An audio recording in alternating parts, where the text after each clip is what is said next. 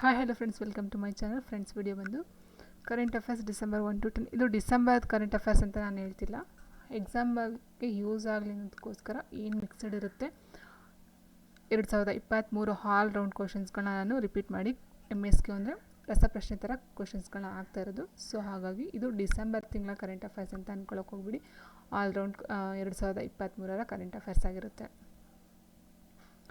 So ನಾವು ಮೊದಲಿಗೆ ನೋಡೋದಾದರೆ ನಾವು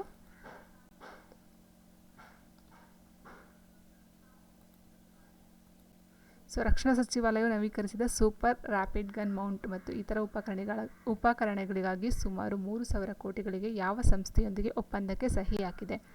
ರಕ್ಷಣಾ ಸಚಿವಾಲಯ ಹಾಕಿರ್ತಕ್ಕಂಥ ಒಂದು ಒಪ್ಪಂದ ಇದು. ಸೂಪರ್ ರ್ಯಾಪಿಡ್ ಗನ್ ಮೌಂಟ್ ಮತ್ತು ಇತರ ಉಪಕರಣಗಳಿಗಾಗಿ 3,000 ಕೋಟಿಗಳಿಗೆ ಯಾವ ಸಂಸ್ಥೆಯೊಂದಿಗೆ ಒಪ್ಪಂದಕ್ಕೆ ಸಹಿ ಹಾಕಿದೆ? ಆನ್ಸರ್ ಬಂದಿದ್ದಕ್ಕೆ BHEL ಅಂತಕ್ಕಂಥ ಒಂದು ಸಂಸ್ಥೆಗೆ 3,000 ಕೋಟಿಗೆ ಒಂದು ಒಪ್ಪಂದಕ್ಕೆ ಸಹಿಯನ್ನು ಹಾಕಿದೆ. ನೆಕ್ಸ್ಟು ಮಾಹೆ, ಮಾಲ್ವಾನ್ ಮತ್ತು ಮ್ಯಾಂಗ್ರೋವ್ ಇತ್ತೀಚೆಗೆ ಬಿಡುಗಡೆಯಾದ ಉತ್ಪನ್ನಗಳ ಹೆಸರುಗಳು. ಯಾವ ಒಂದು ಉತ್ಪನ್ನಕ್ಕೆ ಸಂಬಂಧಪಟ್ಟಂತೆ ಮಾಹೆ, ಮಾಲ್ವಾನ್ ಮತ್ತು ಮ್ಯಾಂಗ್ರೋವ್ ಅಂತಕ್ಕಂಥದ್ದು ಇದೆ ಅಂತ ಹೇಳಿದರೆ, ಇದು ಬಂದು ಜಲಾಂತರ್ಗಾಮಿ ಮತ್ತು ಯುದ್ಧ ನೌಕೆಗಳು, ಜಲಾಂತರ್ಗಾಮಿ ವಿರೋಧಿ ಯುದ್ಧ ನೌಕೆಗಳು ಅಂತ ಏನಿದೆ, ಸೊ ಇದಕ್ಕೆ ಸಂಬಂಧಪಟ್ಟಂಥ ಒಂದು ಉತ್ಪನ್ನಗಳಾಗಿರುತ್ತೆ ಮಾಹೆ, ಮಾಲ್ವಾನ್ ಮತ್ತು ಮ್ಯಾಂಗ್ರೋವ್ ಅಂತಕ್ಕಂಥದ್ದು. ನೆಕ್ಸ್ಟ್, ವಿಮಾ ವಲಯದ ಮೇಲೆ ಡಿಜಿಟಲ್ ವೈಯಕ್ತಿಕ ಡೇಟಾ ಸಂರಕ್ಷಣಾ ಕಾಯ್ದೆಯ ಪರಿಣಾಮವನ್ನು ಪರೀಕ್ಷಿಸಲು ಯಾವ ಸಂಸ್ಥೆಯು ಕಾರ್ಯಪಡೆಯನ್ನು ರಚಿಸಿದೆ?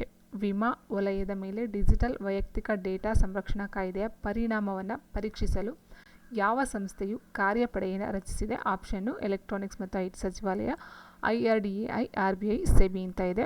ಸೊ ನಾವು ಇದಕ್ಕೆ ಆನ್ಸರ್ನ ನೋಡೋದಾದರೆ, ಫಸ್ಟ್ಗೆ ನಾವು ಭಾರತೀಯ ವಿಮಾ ನಿಯಂತ್ರಣ ಮತ್ತು ಅಭಿವೃದ್ಧಿ ಪ್ರಾಧಿಕಾರ ಏನು ಹೇಳ್ತೀವಿ, IRDAI, ಭಾರತೀಯ ವಿಮಾ ನಿಯಂತ್ರಣ ಮತ್ತು ಅಭಿವೃದ್ಧಿ ಪ್ರಾಧಿಕಾರ ವಿಮಾ ವಲಯದ ಮೇಲೆ ಡಿಜಿಟಲ್ ವೈಯಕ್ತಿಕ ಡೇಟಾ ಸಂರಕ್ಷಣಾ ಕಾಯ್ದೆ 2023 ಪರಿಣಾಮವನ್ನು ಪರಿಶೀಲಿಸಲು ಕಾರ್ಯಪಡೆಯನ್ನು ರಚಿಸಿದೆ.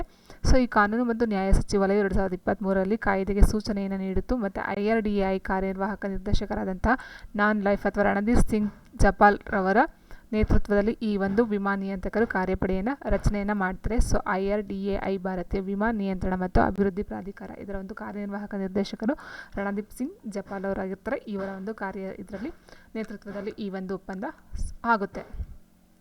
ನೆಕ್ಸ್ಟ್ ಕ್ವಶನು, ಆನ್ಲೈನ್ ಸುರಕ್ಷತೆ ಮತ್ತು ಡಿಜಿಟಲ್ ಪೌರತ್ವದ ಕುರಿತು ವಿದ್ಯಾರ್ಥಿಗಳು ಮತ್ತು ಶಿಕ್ಷಕರಲ್ಲಿ ಜಾಗೃತಿಯನ್ನು ಮೂಡಿಸಲು ಯಾವ ರಾಜ್ಯವು ಮೆಟಾದೊಂದಿಗೆ ಸಹಕರಿಸಿದೆ? ಸೊ ನೋಡಿ, ಇಲ್ಲಿ ಆನ್ಲೈನ್ ಸುರಕ್ಷತೆ ಮತ್ತು ಡಿಜಿಟಲ್ ಪೌರತ್ವವನ್ನು ಕುರಿತು ವಿದ್ಯಾರ್ಥಿಗಳು ಮತ್ತು ಶಿಕ್ಷಕರಲ್ಲಿ ಜಾಗೃತಿಯನ್ನು ಮೂಡಿಸೋದಕ್ಕೋಸ್ಕರ ಯಾವ ರಾಜ್ಯವು ಮೆಟಾದೊಂದಿಗೆ ಸಹಕರಿಸಿದೆ ಅಂತ ಕೇಳಿದರೆ, ಸೊ ನೋಡಿ, ಇಲ್ಲಿ ಕರ್ನಾಟಕ ಸರ್ಕಾರವು ಆನ್ಲೈನ್ ಸುರಕ್ಷತೆ ಮತ್ತು ಡಿಜಿಟಲ್ ಪೌರತ್ವದ ಕುರಿತು ವಿದ್ಯಾರ್ಥಿಗಳಿಗೂ ಮತ್ತು ಶಿಕ್ಷಣ ತಜ್ಞರಿಬ್ಬರಿಗೂ ಸಹ ಒಂದು ಅರಿವನ್ನು ಮೂಡಿಸೋದಕ್ಕೋಸ್ಕರ ಈ ಎರಡು ಉಪಕ್ರಮಗಳನ್ನು ಪ್ರಾರಂಭಿಸಲು ಟೆಕ್ ಸಂಸ್ಥೆ ಮೆಟಾದೊಂದಿಗೆ ಲೆಟರ್ ಆಫ್ ಇಂಟೆಂಟ್ಗೆ ಸಹಿಯನ್ನು ಹಾಕಿದೆ. ಈ ಟೆಕ್ ಸಂಸ್ಥೆ ಅಂತಕ್ಕಂಥ ಮೆಟಾ ಅಂತಕ್ಕಂಥ ಒಂದು ಇದು ಟೆಕ್ ಸಂಸ್ಥೆಯೊಂದಿಗೆ ಲೆಟರ್ ಆಫ್ ಇಂಟೆಂಟ್ ಅಂತ ಒಂದು ಇದಕ್ಕೆ ಸಹಿಯನ್ನು ಹಾಕಿದೆ. ಏನಕ್ಕೆ ಅಂತಂದರೆ, ಡಿಜಿಟಲ್ ಪೌರತ್ವದ ಬಗ್ಗೆ ವಿದ್ಯಾರ್ಥಿಗಳಿಗೆ ಮತ್ತು ಶಿಕ್ಷಣ ತಜ್ಞರಲ್ಲಿ ಅರಿವನ್ನು ಮೂಡಿಸೋದಕ್ಕೋಸ್ಕರ ಕರ್ನಾಟಕ ಸರ್ಕಾರ ಮಾಡಿರ್ತಕ್ಕಂಥ ಒಂದು ಒಪ್ಪಂದ ಅಥವಾ ಸಹಿ. ಮೆಟಾ ಜೊತೆಗಿನ ಈ ಸಹಭಾಗಿತ್ವದ ಮೂಲಕ 2025 ವೇಳೆಗೆ ರಾಜ್ಯ ಸರ್ಕಾರವು 1 ಲಕ್ಷ ಶಿಕ್ಷಕರು ಮತ್ತು 10 ಲಕ್ಷ ವಿದ್ಯಾರ್ಥಿಗಳಿಗೆ ಡಿಜಿಟಲ್ ಸುರಕ್ಷತೆ ಮತ್ತು AR ಅಥವಾ VR ಕೌಶಲ್ಯಗಳ ತರಬೇತಿಯನ್ನು ನೀಡೋದಕ್ಕೋಸ್ಕರ ಈ ಒಂದು ಒಪ್ಪಂದದ ಸಹಿಯನ್ನು ಮಾಡಿಕೊಂಡಿದೆ. ಸೊ ನೆಕ್ಸ್ಟ್ ಕ್ವಶನ್ ನೋಡೋದಾದರೆ, 13ನೇ ಹಿರಿಯ ರಾಷ್ಟ್ರೀಯ ಪುರುಷರ ಹಾಕಿ ಚಾಂಪಿಯನ್ಶಿಪ್ನ ಪ್ರಶಸ್ತಿಯನ್ನು ಯಾವ ರಾಜ್ಯವು ಗೆದ್ದುಕೊಂಡಿತು? 13ನೇ ಹಿರಿಯ ರಾಷ್ಟ್ರೀಯ ಪುರುಷರ ಹಾಕಿ ಚಾಂಪಿಯನ್ಶಿಪ್ನ ಪ್ರಶಸ್ತಿಯನ್ನು ಯಾವ ರಾಜ್ಯವು ಗೆದ್ದುಕೊಂಡಿತು? ಸೊ ನೋಡಿ, ಚೆನ್ನೈನಲ್ಲಿ ನಡೆದಂತಹ ಈ ಒಂದು ಹಾಕಿ, ಇದು ಚೆನ್ನೈನಲ್ಲಿ ನಡೆದ ಸೀನಿಯರ್ ಪುರುಷರ ರಾಷ್ಟ್ರೀಯ ಹಾಕಿ ಚಾಂಪಿಯನ್ಶಿಪ್ನಲ್ಲಿ ಪಂಜಾಬ್ ತಂಡವು ಹಾಲಿ ಚಾಂಪಿಯನ್ ಹರಿಯಾಣವನ್ನು ಪೆನಾಲ್ಟಿ ಶೂಟೌಟ್ನಲ್ಲಿ ಸೋಲಿಸಿ ಪ್ರಶಸ್ತಿಯನ್ನು ಗೆದ್ದುಕೊಂಡಿತು. ಸೊ ಚೆನ್ನೈನಲ್ಲಿ ನಡೀತಕ್ಕಂಥ ಒಂದು ಚಾಂಪಿಯನ್ಶಿಪ್ಪು ಪಂಜಾಬ್ ತಂಡವು ಪಡ್ಕೊಳ್ಳುತ್ತೆ. ಯಾರ ವಿರುದ್ಧ? ಹರಿಯಾಣದ ವಿರುದ್ಧ ಪೆನಾಲ್ಟಿ ಶೂಟೌಟ್ನಲ್ಲಿ ಸೋಲಿಸಿ ಪ್ರಶಸ್ತಿಯನ್ನು ಗೆದ್ದುಕೊಳ್ಳುತ್ತೆ. ನೆಕ್ಸ್ಟು, ಪಂಜಾಬ್ ತಂಡದ ನಾಯಕ ಹಾಗೂ ಭಾರತದ ಆಟಗಾರ ಹರ್ಮನ್ ಪ್ರೀತ್ ಸಿಂಗ್ ಇವರು ಪಂಜಾಬ್ನ ಪರ ಗೋಲನ್ನು ಗಳಿಸಿದರು. ಇದಕ್ಕೂ ಮುನ್ನ ತಮಿಳುನಾಡು ಕರ್ನಾಟಕ ತಂಡವನ್ನು ಪೆನಾಲ್ಟಿ ಶೂಟೌಟ್ನಲ್ಲಿ 5-3 ಅಂತರದಿಂದ ಸೋಲಿಸಿ ಕಂಚಿನ ಪದಕವನ್ನು ಗೆದ್ದುಕೊಂಡಿತ್ತು. ಸೊ ಈಗ ಆಲ್ರೆಡಿ ಇವಾಗ ಏನು ಪಂಜಾಬ್ ತಂಡ ಹರಿಯಾಣದ ವಿರುದ್ಧ ಗೆದ್ದುಕೊಂಡಿದೆ, ಇದಕ್ಕೂ ಮೊದಲು ತಮಿಳುನಾಡು ಮತ್ತು ಕರ್ನಾಟಕದ ತಂಡವನ್ನು ಸೋಲಿಸಿ ಕಂಚಿನ ಪದಕವನ್ನು ಪಡ್ಕೊಂಡಿತ್ತು. ನೆಕ್ಸ್ಟ್ ಕ್ವಶನ್, ಇತ್ತೀಚೆಗೆ ಸುದ್ದಿಯಲ್ಲಿರುವ ಕೊಡೆಕ್ಸ್ ಅಲಿಮೆಂಟರಿಯಸ್ ಕಮಿಷನ್ ಈ ಎರಡೂ ಸಂಸ್ಥೆಗಳಲ್ಲಿ ಯಾವುದು ಸ್ಥಾಪಿಸಲ್ಪಟ್ಟಿದೆ ಅಂತ ಹೇಳಿದರೆ ಇತ್ತೀಚೆಗೆ ಸುದ್ದಿಯಲ್ಲಿರುವ ಕೋಡೆಕ್ಸ್ ಅಲಿಮೆಂಟರಿಯಸ್ ಕಮಿಷನ್ ಅಂತಕ್ಕಂಥದ್ದು ಈ ಕೆಳಗಡೆ ಯಾವ ಎರಡು ಸಂಸ್ಥೆಗಳಿಗೆ ಸ್ಥಾಪಿಸಲ್ಪಟ್ಟಿದೆ. ಸೊ ಅದಕ್ಕೂ ಮೊದಲು ಕೋಡೆಕ್ಸ್ ಅಲಿಮೆಂಟರಿಯಸ್ ಕಮಿಷನ್ ಅಂದ್ರೇನು ಅದರ ಬಗ್ಗೆ ವಿಷಯ ತಿಳ್ಕೊಳ್ಳೋಣ. ಸೊ ನೋಡಿ, ಕೋಡೆಕ್ಸ್ ಅಲಿಮೆಂಟರಿಯಸ್ ಕಮಿಷನ್ ಎಂಬುದು ಆಹಾರ ಗುಣಮಟ್ಟಗಳು, ಮಾರ್ಗಸೂಚಿಗಳು ಮತ್ತು ಅಭ್ಯಾಸದ ಕೋಡುಗಳನ್ನು ಅಭಿವೃದ್ಧಿಪಡಿಸುವಂಥ ಒಂದು ಅಂತರ್ ಸರ್ಕಾರಿ ಸಂಸ್ಥೆಯಾಗಿರುತ್ತೆ. ಸೊ ಏನು ಹೇಳಿದ ಕೋಡೆಕ್ಸ್ ಅಂತಕ್ಕಂಥದ್ದು ಆಹಾರ ಗುಣಮಟ್ಟಗಳು, ಮಾರ್ಗಸೂಚಿಗಳು ಮತ್ತು ಅಭ್ಯಾಸದ ಕೋಡುಗಳನ್ನು ಅಭಿವೃದ್ಧಿಪಡಿಸುವಂಥ ಒಂದು ಅಂತರ್ ಸರ್ಕಾರಿ ಸಂಸ್ಥೆಯಾಗಿದ್ದು, ಈ ಒಂದು ಕೋಡೆಕ್ಸ್ ಅಲಿಮೆಂಟರಿಯಸ್ ಕಮಿಷನನ್ನು ಯಾವ ಸಂಸ್ಥೆಗೆ ಸೇರಿಕೊಂಡಿದೆ ಅಂತ ನೋಡೋದಾದರೆ ಈಗ CAC ಅಂದರೆ ಕೋಡೆಕ್ಸ್ ಅಲಿಮೆಂಟರಿಯಸ್ ಕಮಿಷನನ್ನು 1963ರಲ್ಲಿ ಆಹಾರ ಮತ್ತು ಕೃಷಿ ಸಂಸ್ಥೆ FAO ಏನು ಹೇಳ್ತೀವಿ, ಫುಡ್ ಆ್ಯಂಡ್ ಅಗ್ರಿಕಲ್ಚರ್ ಆರ್ಗನೈಸೇಷನ್ ಮತ್ತು ವಿಶ್ವ ಆರೋಗ್ಯ ಸಂಸ್ಥೆ ವರ್ಲ್ಡ್ ಹೆಲ್ತ್ ಆರ್ಗನೈಸೇಷನ್ನು ಸ್ಥಾಪಿಸಿತು. ಸೊ ಆನ್ಸರ್ ಸಿಗ್ತಲ್ವ ನಮಗೆ, FAO ಆ್ಯಂಡ್ ವಿಶ್ವ ಆರೋಗ್ಯ ಸಂಸ್ಥೆ. ಸೊ CASನ ಪ್ರಧಾನ ಕಚೇರಿ ಬಂದು ರೋಮ್ನಲ್ಲಿದೆ. ಇತ್ತೀಚೆಗೆ ಕೋಡೆಕ್ಸ್ ಅಲಿಮೆಂಟರಿಯಸ್ ಕಮಿಷನ್ನಲ್ಲಿ ಭಾರತದ ಪ್ರಸ್ತಾವನೆಯು ರಾಗಿಗಳಿಗೆ ಮಾನದಂಡಗಳನ್ನು ಪೂರೈಸುತ್ತದೆ. ಸೊ ರಾಗಿಗಳಿಗೆ ನೆಕ್ಸ್ಟು ತೇವಾಂಶ ಮತ್ತು ಗುಣಮಟ್ಟದಂತಹ ನಿಯತಾಂಕಗಳನ್ನು ಒಳಗೊಂಡಿದ್ದು ಸರ್ವಾನುಮತದಿಂದ ಅನುಮೋದಿಸಲಾಗಿದೆ. ಮಾನದಂಡಗಳು 15 ಪ್ರಭೇದಗಳನ್ನು ಒಳಗೊಂಡಿವೆ ಮತ್ತು ಜಾಗತಿಕ ವ್ಯಾಪಾರ ಮತ್ತು ಆಹಾರ ಮಾರುಕಟ್ಟೆಗಳಲ್ಲಿ ರಾಗಿಗಳನ್ನು ಉತ್ತೇಜಿಸಲು ಸಹಾಯವನ್ನು ಮಾಡುತ್ತದೆ. ಇದರ ಜೊತೆಗೆ CAC ಭಾರತದ ವಿಶೇಷಣಗಳನ್ನು ಹೊಗಳಿತು ಮತ್ತು ಉತ್ಪಾದನೆ ಮತ್ತು ಬಳಕೆಯನ್ನು ಹೆಚ್ಚಿಸಲು 2023 ಅಂತಾರಾಷ್ಟ್ರೀಯ ರಾಗಿ ವರ್ಷವೆಂದು ಘೋಷಿಸಲಾಗಿದೆ. ನೋಡಿ, ಈ ಕ್ವಶನ್ಸು ಬರ್ಬೋದು. 2023 ಅಂತಾರಾಷ್ಟ್ರೀಯ ರಾಗಿ ವರ್ಷವೆಂದು ಘೋಷಿಸಿದಂಥ ಸಂಸ್ಥೆಗಳು ಸಹ ಕೇಳ್ಬೋದು. FAO ಆ್ಯಂಡ್ WHO ಎರಡು ಸೇರಿಕೊಂಡು ಈ ಒಂದು ಅಥವಾ CAC ಕೋಡೆಕ್ಸ್ ಅಲಿಮೆಂಟರಿಯಸ್ ಕಮಿಷನ್ ಅಂತಕ್ಕಂಥ ಏನು ಹೇಳ್ತೀವಿ ಅದರ ಒಂದು ಅಡಿಯಲ್ಲಿ ಈ ಒಂದು ಅಂತಾರಾಷ್ಟ್ರೀಯ ರಾಗಿ ವರ್ಷವನ್ನು 2023 ನಾವು ಅಂತಾರಾಷ್ಟ್ರೀಯ ರಾಗಿ ವರ್ಷ ಅಂತ ಅನೌನ್ಸ್ ಮಾಡಿದ್ದಾರೆ. ಸೊ ಇದು ವೆರಿ ಇಂಪಾರ್ಟೆಂಟ್. ಸೊ ನೆಕ್ಸ್ಟು ವಿಶ್ವ ಏಡ್ಸ್ ದಿನದ 2023 ವಿಷಯ ಯಾವುದು? ಸೊ ಏಡ್ಸ್ ಏನು ಡಿಸೆಂಬರ್ 1 ಹೇಳ್ತೀವಿ. ಸೊ ವಿಶ್ವ ಏಡ್ಸ್ ದಿನ 2023 ವಿಷಯ ಬಂದು ಏನು ಅಂತ ಹೇಳೋಣ. ಅದಕ್ಕೂ ಮೊದಲ ವಿಷಯ ತಿಳ್ಕೊಳ್ಳೋಣ. ನೋಡಿ, ವಿಶ್ವ ಏಡ್ಸ್ ದಿನ ಪ್ರತಿ ವರ್ಷ ಡಿಸೆಂಬರ್ 1 ಆಚರಿಸಲಾಗುತ್ತದೆ. 2023 ಥೀಮ್ ಬಂದು ಸಮುದಾಯಗಳು ಮುನ್ನಡೆಸಲಿ ಅಂತಕ್ಕಂಥದ್ದು ಈ ಒಂದು ವಿಶ್ವ ಏಡ್ಸ್ ದಿನದ 2023 ಒಂದು ಥೀಮ್ ಆಗಿರುತ್ತೆ. ಈ ಥೀಮು HIV ಪ್ರತಿಕ್ರಿಯೆಯಲ್ಲಿ ಸಮುದಾಯಗಳ ಪ್ರಾಮುಖ್ಯತೆ ಮತ್ತು 2030 ವೇಳೆಗೆ ಏಡ್ಸನ್ನು ಕೊನೆಗೊಳಿಸುವ ಗುರಿಯನ್ನು ಎತ್ತಿ ತೋರಿಸುತ್ತದೆ. ನೋಡಿ, ಈ ಥೀಮ್ ಏನು ಹೇಳಿದರೆ ಸಮುದಾಯಗಳ ಮುನ್ನಡೆಸಲಿ. ಇದರ ಒಂದು ಪ್ರಾಮುಖ್ಯತೆ ಏನಕ್ಕೆ ಅಂತ ಅಂದರೆ ಸಮುದಾಯಗಳ ಪ್ರಾಮುಖ್ಯತೆ ಮತ್ತು 2030 ಅಂತಲೂ ಕೊಟ್ಟಿದ್ದಾರೆ. ಇದು ಒಂದು ಬರಬಹುದು. 2030 ವೇಳೆಗೆ ಏಡ್ಸನ್ನು ಕೊನೆಗೊಳಿಸುವಂಥ ಗುರಿಯನ್ನು ಎತ್ತಿ ತೋರಿಸ್ತಕ್ಕಂಥದ್ದು ಈ ವರ್ಷ ಒಂದು ಥೀಮ್ ಆಗಿರುತ್ತೆ. ನೆಕ್ಸ್ಟ್, ವಿಶ್ವ ಏಡ್ಸ್ ದಿನವು ಏಡ್ಸ್ ಸಾಂಕ್ರಾಮಿಕದ ಬಗ್ಗೆ ಜಾಗೃತಿ ಮೂಡಿಸುವ ಮತ್ತು ರೋಗದಿಂದ ಸತ್ತವರಿಗೆ ಶೋಕ ವ್ಯಕ್ತಪಡಿಸುವ ಅಂತಾರಾಷ್ಟ್ರೀಯ ದಿನವಾಗಿದೆ. ಇದು ಚಿಕಿತ್ಸೆ ಮತ್ತು ತಡೆಗಟ್ಟುವ ಸೇವೆಗಳಿಗೆ ಹೆಚ್ಚಿನ ಪ್ರವೇಶದಂತಹ ವಿಜಯಗಳನ್ನು ಆಚರಿಸಲಾಗುತ್ತದೆ. ಸೊ ಟೋಟಲಾಗಿ ನಾವು ಹೇಳೋದಾದರೆ ಡಿಸೆಂಬರ್ 1 ವಿಶ್ವ ಏಡ್ಸ್ ದಿನ, ಸಮುದಾಯಗಳ ಮುನ್ನಡೆಸಿರ್ತಕ್ಕಂಥದ್ದು ಈ ವರ್ಷದ ಥೀಮು. 2030 ಈ ಏಡ್ಸ್ನ ಕೊನೆಗೊಳಿಸ್ತಕ್ಕಂಥ ಒಂದು ಗುರಿಯನ್ನು ಒಳಗೊಂಡಿದೆ. ಮತ್ತು ಈ ವಿಶ್ವ ಏಡ್ಸ್ ದಿನ ಬಂದು ಸಾಂಕ್ರಾಮಿಕದ ಬಗ್ಗೆ ಜಾಗೃತಿ ಮೂಡಿಸ್ತಕ್ಕಂಥದ್ದು ಮತ್ತು ರೋಗದಿಂದ ಸತ್ತವರಿಗೆ ಶೋಕವನ್ನು ವ್ಯಕ್ತಪಡಿಸ್ತಕ್ಕಂಥದ್ದು ಈ ಒಂದು ಅಂತಾರಾಷ್ಟ್ರೀಯ ದಿನದ ಒಂದು ಮಹತ್ವವಾಗಿರುತ್ತೆ. ಸೊ ನೆಕ್ಸ್ಟ್ ಕ್ವಶನ್ ನಾವು ನೋಡೋದಾದರೆ ಇತ್ತೀಚೆಗೆ ಸುದ್ದಿ ಮಾಡುತ್ತಿದ್ದ ಬಿಳಿ ಶ್ವಾಸಕೋಶದ ಸಿಂಡ್ರೋಮ್ಗೆ ಕಾರಣವಾಗಿರುವ ಏಜೆಂಟ್ ಯಾವುದು? ಸೊ ಬಿಳಿ ಶ್ವಾಸಕೋಶದ ಸಿಂಡ್ರೋಮ್ ಅಂತಕ್ಕಂಥದ್ದು ವೈರಸ್ಸಿಂದ ಬರುತ್ತಾ, ಬ್ಯಾಕ್ಟೀರಿಯಾದಿಂದ ಬರುತ್ತಾ, ಪ್ರೋಟೋಜೋವನ, ಶಿಲೀಂಧ್ರನ ಅಂತ ಕ್ವಶನ್ಸ್ ಇಲ್ಲಿ. ಸೊ ಬಿಳಿ ಶ್ವಾಸಕೋಶ ಸಿಂಡ್ರೋಮ್ ಅದೊಂದು. ಸೊ ಇದು ಯಾವುದರ ಒಂದು ಏಜೆಂಟ್ ಅಂತ ಹೇಳಿದರೆ ನೋಡಿ, ಮಕ್ಕಳಲ್ಲಿ ಬ್ಯಾಕ್ಟೀರಿಯಾದ ಶ್ವಾಸಕೋಶದ ಸೋಂಕು ಅಥವಾ ನಿಮೋನಿಯಾ, ಮಕ್ಕಳಲ್ಲಿ ಶ್ವಾಸಕೋಶದ ಸೋಂಕು ಅಥವಾ ನಿಮೋನಿಯಾ ಅಂತ ಏನು ಹೇಳ್ತೀವಿ ಅದು ಏಕಾಏಕಿ ಹಲವಾರು ರಾಷ್ಟ್ರಗಳಿಗೆ ಅಂದರೆ ಭಾರತನೇ ಅಲ್ಲದೆ ಇತರ ರಾಷ್ಟ್ರಗಳು ಸಹ ಈ ಒಂದು ಶ್ವಾಸಕೋಶ ಸೋಂಕು ಅಥವಾ ನಿಮೋನಿಯಾ ಅಥವಾ ಬಿಳಿ ಶ್ವಾಸಕೋಶ ಸಿಂಡ್ರೋಮ್ ಅಂತ ಏನು ಹೇಳ್ತೀವಿ ಇದಕ್ಕೆ ತುತ್ತಾಗ್ತಾ ಇದ್ದಾವೆ. ಸೊ ಹಾಗಾಗಿ ಪ್ರತಿಜೀವಕಗಳು ಪರಿಣಾಮಕಾರಿಯಾಗಿ ಚಿಕಿತ್ಸೆಯನ್ನು ನೀಡಲು ಸಾಧ್ಯವಾಗುತ್ತಿಲ್ಲವಾದ್ದರಿಂದ ಚೀನಾದಲ್ಲಿ ಇಂತಹ ಪ್ರಕರಣಗಳು ಮೈಕೋಪ್ಲಾಸ್ಮಾ ನಿಮೋನಿಯಾ ಅಂತಕ್ಕಂಥ ರೋಗಕಾರಕವನ್ನು ಒಳಗೊಂಡಿರುವ ಸಾಧ್ಯತೆ ತುಂಬ ಜಾಸ್ತಿ ಇದೆ. ಸೊ ಬಿಳಿ ಶ್ವಾಸಕೋಶ ಸಿಂಡ್ರೋಮ್ ಸ್ಕ್ಯಾನ್ಗಳಲ್ಲಿ ವಿಶಿಷ್ಟ ಗುರುತುಗಳಾಗಿ ಕಾರಣವಾಗುತ್ತಿರುವುದು ಚೀನಾದ ಆಚೆಗೆ ಅಂತಂದರೆ ಚೀನಾದ ಜೊತೆಗೆ US, ನೆದರ್ಲ್ಯಾಂಡ್ ಮತ್ತು ಡೆನ್ಮಾರ್ಕ್ಗಳಲ್ಲಿ ಸಹ ಈ ಒಂದು ಬ್ಯಾಕ್ಟೀರಿಯಾ ಅಥವಾ ಏನು ಹೇಳ್ತೀವಿ ನಾವು ಬಿಳಿ ಶ್ವಾಸಕೋಶ ಸಿಂಡ್ರೋಮು ಜಾಸ್ತಿ ಹರಡ್ತಾ ಇದೆ. ನೆಕ್ಸ್ಟ್, ಇತ್ತೀಚೆಗೆ ಚೆನ್ನೈನಲ್ಲಿ ಅನಾವರಣಗೊಂಡ ಆಯುತಿ ದಾಸ್ ಪಂಡಿತರ್ ಯಾವ ಬಗ್ಗೆ ಈ ಕಣದಲ್ಲಿ ಯಾವುದು ಸರಿಯಾದ ಹೇಳಿಕೆ ಅಲ್ಲ ಅಂತ ಕೊಟ್ಟಿದ್ದಾರೆ. ಫಸ್ಟ್ ಆಯುತಿ ದಾಸ್ ಪಂಡಿತರ್ ಅಂತಕ್ಕಂಥವ್ರು ಯಾರು, ಅವರ ಬಗ್ಗೆ ವಿಷಯ ಏನಿದೆ ಸೊ ಅದನ್ನು ನೋಡೋಣ. ಅವರು ತಮಿಳುನಾಡು ಮುಖ್ಯಮಂತ್ರಿ MK ಸ್ಟಾಲಿನ್ ಅಂತಕ್ಕಂಥವ್ರು, ಅಂದರೆ ತಮಿಳುನಾಡು ಮುಖ್ಯಮಂತ್ರಿ MK ಸ್ಟಾಲಿನ್ ಅವರು ಡಿಸೆಂಬರ್ 2023 ಅಂದರೆ ಈ ಡಿಸೆಂಬರ್ನಲ್ಲಿ ಏನು ಮಾಡ್ತಾರೆ, ಚೆನ್ನೈನಲ್ಲಿ ಪ್ರವರ್ತಕ ಜಾತಿ ವಿರೋಧಿ ಹೋರಾಟಗಾರ ಆಯುತಿ ದಾಸ್ ಪಂಡಿತರ್ ಅವರ ಪ್ರತಿಮೆಯನ್ನು ಅನಾವರಣಗೊಳಿಸ್ತಾರೆ. ಸೊ ಅಂದರೆ ಇವರು ಆಯುತಿ ಅಂತಕ್ಕಂಥವ್ರು ಒಬ್ಬರು ಪಂಡಿತರವರ ಪ್ರತಿಮೆಯನ್ನು ಅನಾವರಣಗೊಳಿಸ್ತಾರೆ. ಇವರು ಏನಂತಂದರೆ ಪ್ರವರ್ತಕ ಜಾತಿ ವಿರೋಧಿ ಹೋರಾಟಗಾರರಾಗಿರ್ತಾರೆ. ಸೊ ನೆಕ್ಸ್ಟು ಪ್ರತಿಮೆ ಮತ್ತು ಸ್ಮಾರಕವನ್ನು ನಿರ್ಮಿಸಲು 2.49 ಕೋಟಿ ರುನ ಈ ತಮಿಜಾನ್ ಮತ್ತು ದ್ರಾವಿಡ್ ಐಡೆಂಟಿಟಿ ಪದಗಳನ್ನು ರಾಜಕೀಯವಾಗಿ ಜನಪ್ರಿಯಗೊಳಿಸುವಲ್ಲಿ ಪೆರಿಯಾರ್ಗೆ ಮುಂಚೂಣಿಯಲ್ಲಿರುವವರ ಆಯುತಿ ದಾಸ್ ಎಂದು ಸ್ಟಾಲಿನ್ ಶ್ಲಾಘಿಸಿದರು. ಅಂದರೆ ಇವರು ಬಂದು 2.49 ಕೋಟಿಯ ಒಂದು ಹಣದ ವೆಚ್ಚದಿಂದ ಇವರ ಒಂದು ಪ್ರತಿಮೆ ಅಥವಾ ಸ್ಮಾರಕವನ್ನು ನಿರ್ಮಿಸುತ್ತಿದ್ದು, ಇದು ತಮಿಜಾನ್ ಮತ್ತು ದ್ರಾವಿಡ ಐಡೆಂಟಿಟಿ ಪದಗಳನ್ನು ರಾಜಕೀಯವಾಗಿ ಜನಪ್ರಿಯಗೊಳಿಸ್ತಾರೆ. ಜೊತೆಗೆ ಇವರು ಪೆರಿಯಾರ್ ಅಂತ ಏನು ಹೇಳ್ತೀವಿ ಅವರಿಗೆ ಮುಂಚೂಣಿಯಲ್ಲಿ ಈ ಆಯುತಿ ದಾಸ್ ಕಂಡು ಬರ್ತಾರೆ ಅಂತ ಈ ಸ್ಟಾಲಿನ್ ಅಂದರೆ ತಮಿಳುನಾಡಿನ ಮುಖ್ಯಮಂತ್ರಿ ಸ್ಟಾಲಿನ್ ಅವರು ಹೇಳಿದ್ದಾರೆ.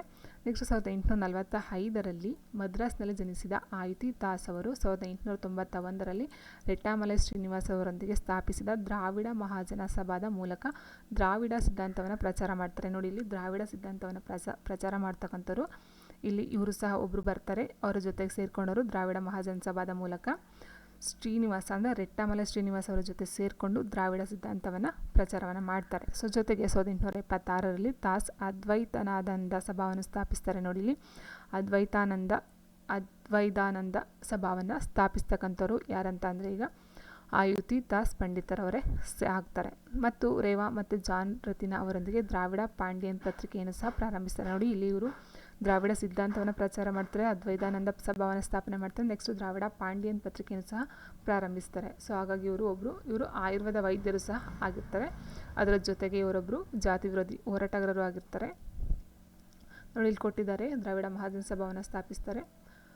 ಅವರು ದ್ರಾವಿಡ ಪಾಂಡಿಯನ್ ಪತ್ರಿಕೆಯನ್ನು ಪ್ರಾರಂಭಿಸಿದವರು ಆಯುರ್ವೇದ ವೈದ್ಯರು. ಹಾಗಾಗಿ ಮೇಲಿನ ಎಲ್ಲ ಸರಿಯಾದ ಹೇಳಿಕೆಗಳು ಎಲ್ಲ ಸಹ ಸರಿಯಾಗಿರ್ತಾರೆ. ಇದರಲ್ಲಿ ಇಲ್ಲಿ ಕೇಳಿರೋದು ಯಾವುದು ಸರಿಯಾದ ಹೇಳಿಕೆ ಅಲ್ಲ ಅಂತ ಹೇಳಿದ್ದಾರೆ.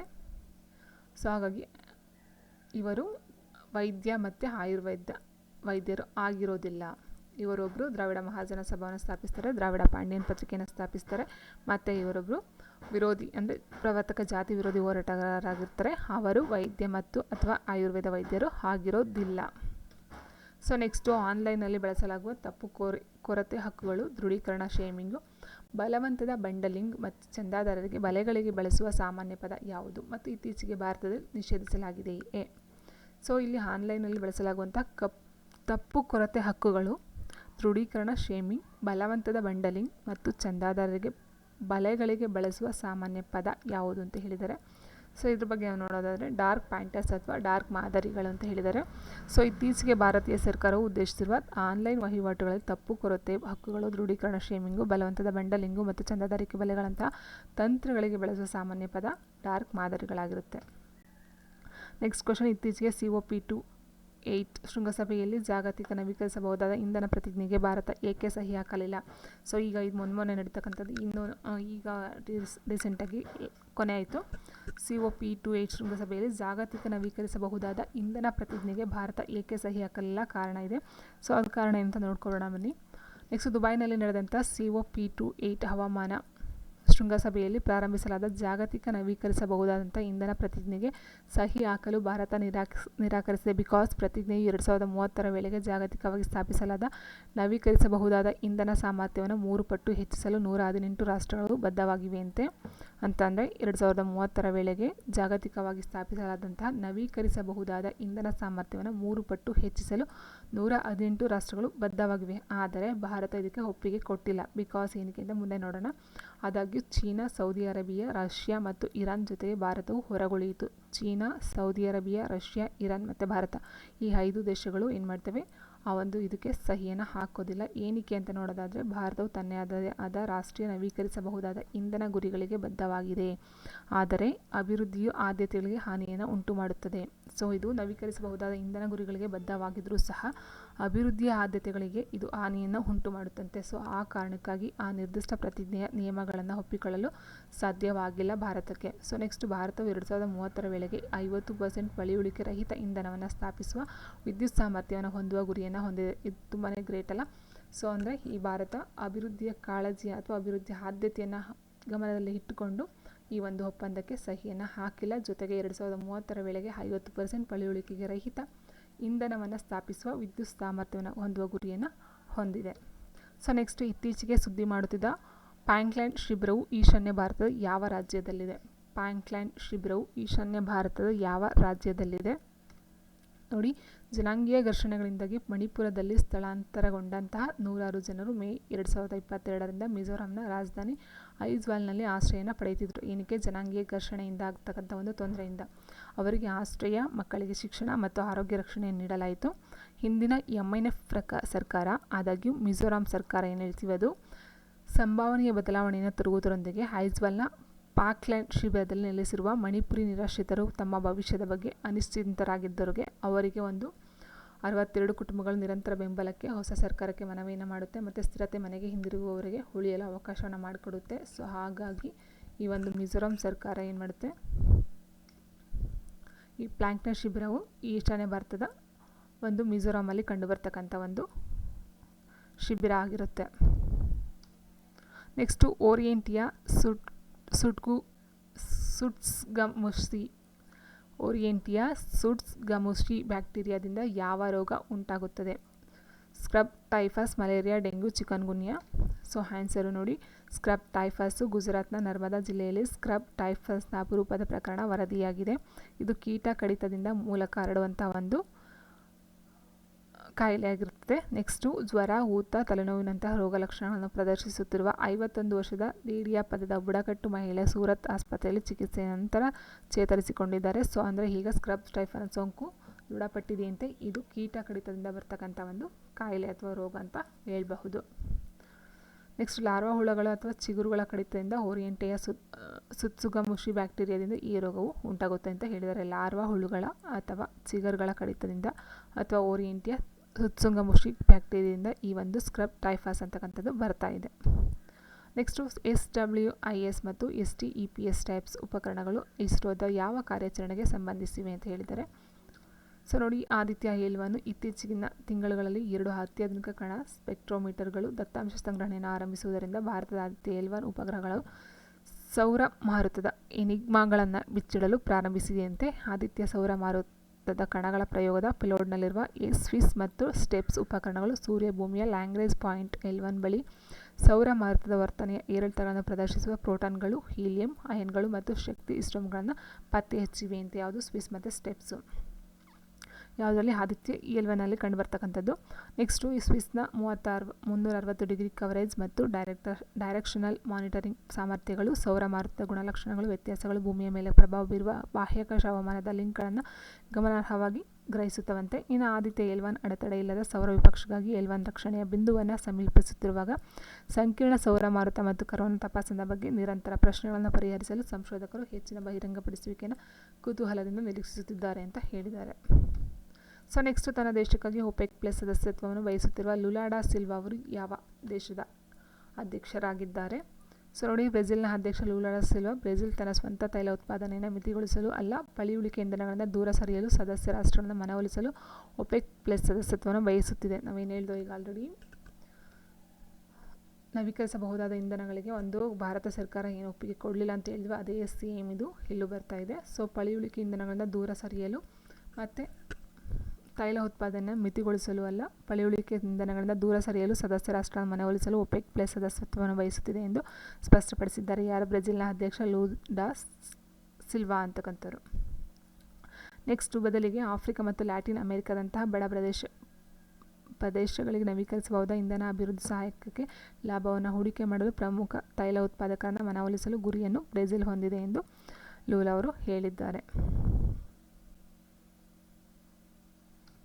ಸೊ ನೆಕ್ಸ್ಟು ಆರ್ಥಿಕ ಅಪಾಯವನ್ನು ನಿಭಾಯಿಸಲು ಯಾವ ದೇಶ ಒಂದು ಪ್ರಾಂತ್ಯ ಒಂದು ನೀತಿ ಯೋಜನೆಯನ್ನು ರೂಪಿಸಿದೆ? ಆನ್ಸರ್ ಬಂದು ಚೀನಾ. ವರದಿಯ ಪ್ರಕಾರ ಹಣಕಾಸಿನ ಅಪಾಯಗಳನ್ನು ನಿಭಾಯಿಸಲು ಪ್ರಾಂತ್ಯಗಳು ತಮ್ಮದೇ ಆದಂಥ ಯೋಜನೆಗಳೊಂದಿಗೆ ಬರಬೇಕೆಂದು ಚೀನಾದ ನಿಯಂತ್ರಕರು ಬಯಸುತ್ತಾರೆ. ಹಾಗಾಗಿ ಸ್ಥಳೀಯ ಸಾಲದ ಸಮಸ್ಯೆಗಳನ್ನು ನಿವಾರಿಸೋದಕ್ಕೋಸ್ಕರ ಕಾರ್ಯವಿಧಾನವನ್ನು ಸ್ಥಾಪಿಸಲು ಅಧಿಕಾರಿಗಳು ಒಂದು ಪ್ರಾಂತ್ಯ ಒಂದು ನೀತಿ ಎಂತಕ್ಕಂಥ ಒಂದು ಇದನ್ನ ಜಾರಿಗೆ ತಂದಿದ್ದಾರೆ. ರಾಷ್ಟ್ರೀಯ ಅಪರಾಧ ದಾಖಲೆಗಳ ಬ್ಯೂರೋ ಯಾವ ಕೇಂದ್ರ ಸಚಿವಾಲಯದ ಅಡಿಯಲ್ಲಿ ಕಾರ್ಯನಿರ್ವಹಿಸುತ್ತದೆ?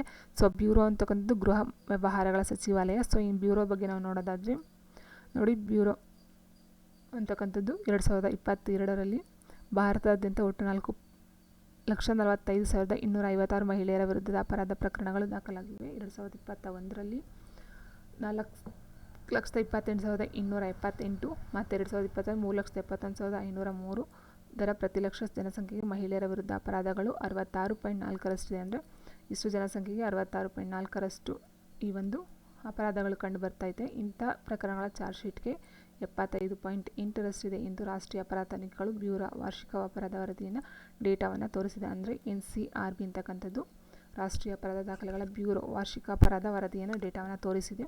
ಸೊ ಈ NCRB ಅಂತಕ್ಕಂಥದ್ದು ಕೇಂದ್ರ ಗೃಹ ಸಚಿವಾಲಯದ ಅಡಿಯಲ್ಲಿ ಕಾರ್ಯವನ್ನು ನಿರ್ವಹಿಸುತ್ತದೆ. ಸೊ ನೆಕ್ಸ್ಟ್, ಇತ್ತೀಚೆಗೆ GRACನಿಂದ ವಿತರಿಸಲ್ಪಟ್ಟ ಭಾರತದಲ್ಲಿ ನಿರ್ಮಿಸಲಾದ ಅತಿ ದೊಡ್ಡ ಸಮೀಕ್ಷಾ ನೌಕೆಯ ಹೆಸರೇನು?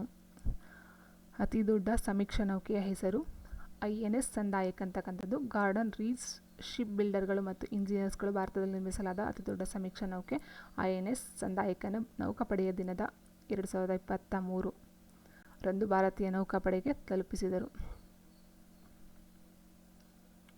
ನೆಕ್ಸ್ಟ್, ಭಾರತದಲ್ಲಿ ಯಾವ ಸಂಸ್ಥೆಯು ಸಂಯೋಜಿತ ನೀರು ನಿರ್ವಹಣಾ ಸೂಚ್ಯಂಕವನ್ನು ಬಿಡುಗಡೆಯನ್ನು ಮಾಡಿದೆ? ಸೊ ನೀತಿ ಆಯೋಗ 2018ರಿಂದ ಸಂಯೋಜಿತ ನೀರು ನಿರ್ವಹಣಾ ಸೂಚ್ಯಂಕವನ್ನು ಪ್ರಕಟಿಸನೇ ಇದೆ. ಆದರೆ ಇಲ್ಲಿಯವರೆಗೆ 2 ಆವೃತ್ತಿಗಳು ಪ್ರಕಟಿಸಿದೆ. ಮತ್ತೆ 2022ರಲ್ಲಿ ಆಗಸ್ಟ್ನಲ್ಲಿ CWMI ನಂತರದ ಆವೃತ್ತಿಯನ್ನು ಸಿದ್ಧಪಡಿಸಲಾಯಿತು. ನೀತಿ ಆಯೋಗವು ಸಂಯೋಜಿತ ನೀರು ನಿರ್ವಹಣಾ ಸೂಚ್ಯಂಕದ 3ರಿಂದ 6ನೇ ಆವೃತ್ತಿಯ ಸಂಯೋಜಿತ ವರದಿಯೊಂದಿಗೆ ಬರಲಿದೆ. ಸೊ ಅಂದರೆ 2018ರಲ್ಲಿ ಸ್ಟಾರ್ಟ್ ಮಾಡುತ್ತೆ, 2018-19 ಬಟ್ ಕರೋನಾ ಇರೋದ್ರಿಂದ ಮಧ್ಯೆ ಅದನ್ನು ಆ ಒಂದು ಸೂಚ್ಯಂಕವನ್ನು ಬಿಟ್ಟಿರಲಿಲ್ಲ. ಈಗ ನೆಕ್ಸ್ಟು 3ರಿಂದ 6ನೇ ಆವೃತ್ತಿಯ ಸಂಯುಕ್ತ ವರದಿಯನ್ನು ಈಗ ತರಲಿದೆ. ಬಂಗಾಳ ಕೊಲ್ಲಿ ಮತ್ತು ಅರೇಬಿಯನ್ ಸಮುದ್ರದಲ್ಲಿರುವ ಉಷ್ಣವಲಯದ ಚಂಡಮಾರುತಗಳ ಹೆಸರುಗಳನ್ನು ಆಯ್ಕೆ ಮಾಡಲಾಗುತ್ತದೆ. ಯಾವುದು ಅಂತ ಹೇಳಿದರೆ ವಿವಿಧ ದೇಶಗಳ ಸಲಹೆಗಳೊಂದಿಗೆ ಆಯ್ಕೆಯನ್ನು ಮಾಡ್ತಾರೆ. ಸೊ ಡಿಸೆಂಬರ್ 5ರಂದು ಮೈಚಾಂಗ್ ಚಂಡಮಾರುತವು ಸೂಪರ್ ಸೈಕ್ಲಿಕ್ ಚಂಡಮಾರುತವಾಗಿ ಆಂಧ್ರ ಪ್ರದೇಶದ ಸೊ ನೋಡಿ, ಡಿಸೆಂಬರ್ 5ರಂದು ಕೇಳಬಹುದು ಮೈಚಾಂಗ್ ಅಂತಕ್ಕಂಥ ಚಂಡಮಾರುತ ಯಾವ ಒಂದು ಇದರಲ್ಲಿ ಕಂಡು ಬರುತ್ತೆ ಅಂತ ಕೇಳ್ತಾರೆ. ಸೊ ನೀವು ಯಾವ ದೇಶಗಳು ಅಂತ ಕೇಳ್ಬೋದು, ಅಥವಾ ಯಾವ ಚಂಡಮಾರುತ ಅಂತ ಕೇಳ್ಬೋದು, ಅಥವಾ ಯಾವ ಒಂದು ಸಾಗರ ಸಮುದ್ರಗಳು ಅಂತ ಕೇಳ್ಬೋದು. ಚಂಡಮಾರುತವಾಗಿ ಆಂಧ್ರ ಪ್ರದೇಶ ನೆಲ್ಲೂರಿಗೆ ಕುಸಿತವನ್ನು ಉಂಟು ಮಾಡಿತ್ತಂತೆ ಈ ಮೈಚಾಂಗ್ ಚಂಡಮಾರುತ. ಹಾಗಾಗಿ ಒಂದು ದಿನ ಮುಂಚಿತವಾಗಿ ಹವಾಮಾನ ವ್ಯವಸ್ಥೆಯು ಉತ್ತರ ತಮಿಳುನಾಡಿನಲ್ಲಿ 150ರಿಂದ 200 ಮಿಲಿಮೀಟರ್ ಮಳೆಯನ್ನು ಉಂಟು ಮಾಡಿದೆ ಅಂತ ಒಂದು ವರದಿ ಇದೆ.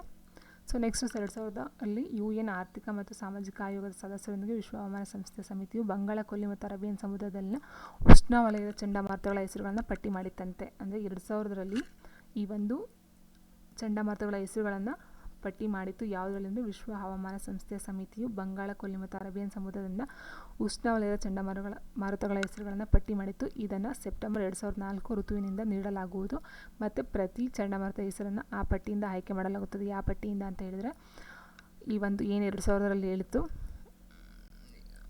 ವಿಶ್ವ ಹವಾಮಾನ ಸಂಸ್ಥೆ ಸಮಿತಿ, ಆ ಒಂದು ಪಟ್ಟಿಯಿಂದ ಆಯ್ಕೆಯನ್ನು ಮಾಡ್ತಾರೆ. ಈ ಆಯ್ಕೆ ಮಾಡಬೇಕಾದ್ರೆ ಪ್ರತಿ ದೇಶದ ಸಲಹೆಯ ಮೂಲಕ ಒಂದು ಹೆಸರನ್ನು ಇಡಲಾಗುತ್ತೆ. ಅಂದರೆ ಪಟ್ಟಿಯಿಂದ ವಿಶ್ವ ಹವಾಮಾನ ಸಂಸ್ಥೆಯ ಸಮಿತಿ ಅಂತಕ್ಕಂಥದ್ದು ಒಂದಿದೆ, ಆ ಸಮಿತಿಯಿಂದ ಹೆಸರನ್ನು ಆಯ್ಕೆ ಮಾಡ್ತಾರೆ. ಹೆಸರನ್ನು ಆಯ್ಕೆ ಮಾಡಬೇಕಾದ್ರೆ ಎಲ್ಲ ದೇಶದ ಒಂದು ಸಲಹೆಯನ್ನು ಪಡ್ಕೊಳ್ತಾರೆ. ಭಾರತವು ತನ್ನ ಕೃಷಿ ಕ್ಷೇತ್ರದ ಆಧುನೀಕರಣಕ್ಕಾಗಿ ಯಾವ ದೇಶಕ್ಕೆ USD 250 ಮಿಲಿಯನ್ ಸಾಲವನ್ನು ಘೋಷಿಸಿತು? ಭಾರತವು ತನ್ನ ಕೃಷಿ ಕ್ಷೇತ್ರದ ಆಧುನೀಕರಣಕ್ಕಾಗಿ ಯಾವ ದೇಶಕ್ಕೆ USD 250 ಮಿಲಿಯನ್ ಸಾಲವನ್ನು ಘೋಷಿಸಿತು? ಆನ್ಸರ್ ಬಂದು ಕೀನ್ಯಾ. ಪ್ರಧಾನಿ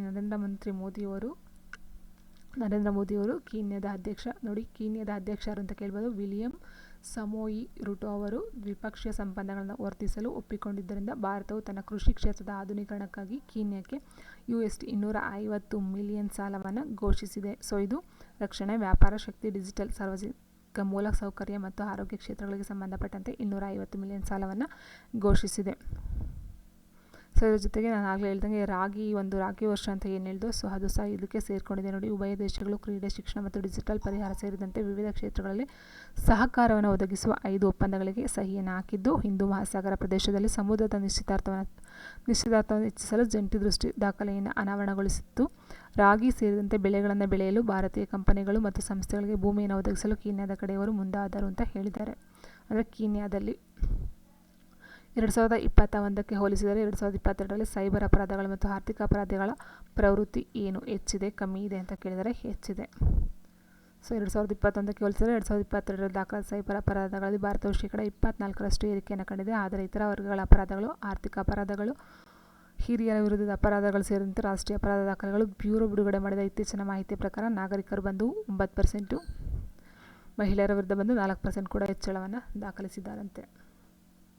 ನೆಕ್ಸ್ಟ್ ಕ್ರೈಮ್ ಇನ್ ಇಂಡಿಯಾ ವರದಿಯ ಪ್ರಕಾರ ಸೈಬರ್ ಅಪರಾಧ ಅಡಿಯಲ್ಲಿ 65,893 ಪ್ರಕರಣಗಳು ದಾಖಲಾಗಿದೆಯಂತೆ. 2021ರಲ್ಲಿ 52,974. ಇನ್ನು ಅದಕ್ಕೆ ಹೋಲಿಸಿದ್ರೆ 24.4% ಹೆಚ್ಚಳವಾಗಿದೆಯಂತೆ. ಸೊ ನೆಕ್ಸ್ಟ್ ಇತ್ತೀಚೆಗಷ್ಟೇ ಪ್ರಾರಂಭಿಸಲಾದ ಗ್ರಾಮ ಮನ್ಚಿತ್ರ ಅಪ್ಲಿಕೇಶನ್ ಇದರೊಂದಿಗೆ ಸಂಯೋಜಿತವಾಗಿದೆ. ಗ್ರಾಮ ಮನ್ಚಿತ್ರ ಅಂತಕ್ಕಂಥದ್ದು ಏನಕ್ಕೆ ಸಂಬಂಧಪಟ್ಟಿದೆ ಅಂದರೆ ಭೌಗೋಳಿಕ ಮಾಹಿತಿ ವ್ಯವಸ್ಥೆ. ಗ್ರಾಮ ಪಂಚಾಯತ್ನಿಂದ ಪ್ರಾದೇಶಿಕ ಯೋಜನೆಯನ್ನು ಉತ್ತೇಜಿಸುವ ಸಲುವಾಗಿ ಪಂಚಾಯತ್ ರಾಜ್ ಸಚಿವಾಲಯವು ಭೌಗೋಳಿಕ ಮಾಹಿತಿ ವ್ಯವಸ್ಥೆ ಅಪ್ಲಿಕೇಶನ್ ಗ್ರಾಮ ಮನ್ಚಿತ್ರವನ್ನು ಪ್ರಾರಂಭಿಸಿದೆ. ಈ ಅಪ್ಲಿಕೇಶನ್ ಜಿಯೋ ಸ್ಪೇಷಲ್ ತಂತ್ರಜ್ಞಾನವನ್ನು ಬಳಸಿಕೊಂಡು ಗ್ರಾಮ ಪಂಚಾಯತ್ ಮಟ್ಟದಲ್ಲಿ ಯೋಜನೆಗಳನ್ನು ನಿರ್ವಹಿಸುವ, ಗ್ರಾಮ ಪಂಚಾಯತ್ಗಳನ್ನು ಸುಗಮಗೊಳಿಸುವುದು ಮತ್ತು ಬೆಂಬಲಿಸುವುದು ಈ ಒಂದು ಗ್ರಾಮ ಮನ್ಚಿತ್ರದ ಒಂದು ಉದ್ದೇಶ ಆಗುತ್ತೆ. ನೆಕ್ಸ್ಟ್ ಜಿಯೋ ಟ್ಯಾಗಿಂಗನ್ನು ಎಲ್ಲ 3 ಹಂತಗಳಲ್ಲೂ ಸಹ ಮಾಡಲಾಗುತ್ತಂತೆ. ಜಿಯೋ ಟ್ಯಾಗಿಂಗು ಸೊ ಏನಂದರೆ ಗ್ರಾಮ ಮನ್ಚಿತ್ರ ಅಂತಕ್ಕಂಥದ್ದು ಗ್ರಾಮ ಪಂಚಾಯತಿಲಿ ಮಾಡಿರ್ತಕ್ಕಂಥ ಒಂದು ವ್ಯವಸ್ಥೆ. ಪಂಚಾಯತ್ ರಾಜ್ ಸಚಿವಾಲಯವು ಭೌಗೋಳಿಕ ಮಾಹಿತಿ ವ್ಯವಸ್ಥೆಯನ್ನು ನೀಡತಕ್ಕಂಥದ್ದು. ಆಲ್ಮೋಸ್ಟ್ ಆಲ್ ಗ್ರಾಮ ಪಂಚಾಯತಿ ಮಟ್ಟದಲ್ಲಿ ಯೋಜನೆಗಳನ್ನು ನಿರ್ವಹಿಸ್ತಕ್ಕಂಥದ್ದು, ಗ್ರಾಮ ಪಂಚಾಯತ್ಗಳನ್ನು ಸುಗಮಗೊಳಿಸ್ತಕ್ಕಂಥದ್ದು, ಬೆಂಬಲಿಸ್ತಕ್ಕಂಥದ್ದು ಇದರ ಒಂದು ಉದ್ದೇಶ ಆಗಿರುತ್ತೆ. ನೆಕ್ಸ್ಟ್ ಪಂಚಾಯತ್ ರಾಜ್ ಸಚಿವಾಲಯವು ಪ್ರಾರಂಭಿಸಿದ PDI ಅಂದರೆ ಏನು? PDI ಪಂಚಾಯತ್ಗೆ ಸಂಬಂಧಪಟ್ಟಿದ್ದು. PDI ಮೀನ್ಸ್ ಪಂಚಾಯತ್ ಅಭಿವೃದ್ಧಿ ಸೂಚ್ಯಂಕ ಇದೆ ನೋಡಿ. ಸ್ಥಳೀಯ SDGಗಳನ್ನು ಸಾಧಿಸುವಲ್ಲಿ ಮತ್ತು ಆ ಮೂಲಕ SDG 2030 ಸಾಧಿಸುವಲ್ಲಿ